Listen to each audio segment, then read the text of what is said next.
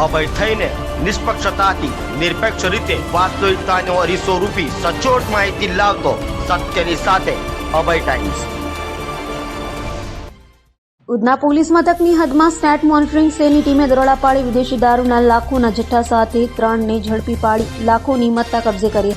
સુરતમાં ફરી state monitoring સેલની ટીમે દરોડા પાડ્યા હતા। સુરતના ઉધના પોલીસ મથકની હદમાં ઉધના રોડ નંબર 6 સંજયનગર ખાતે સ્ટેટ મોનિટરિંગ સેલની ટીમે દરોડા પાડી ત્યાંથી 20 લાખથી વધુની કિંમતના વિદેશી દારૂના જથ્થા સાથે હુસેન પઠાણ, સંદીપ નિષાદ અને સુરજીત નિષાદને ઝડપી પાડી દારૂનો જથ્થો, વાહનો, મોબાઈલ સહિત 51,96,000થી વધુની મત્તા કબજે કરી હતી।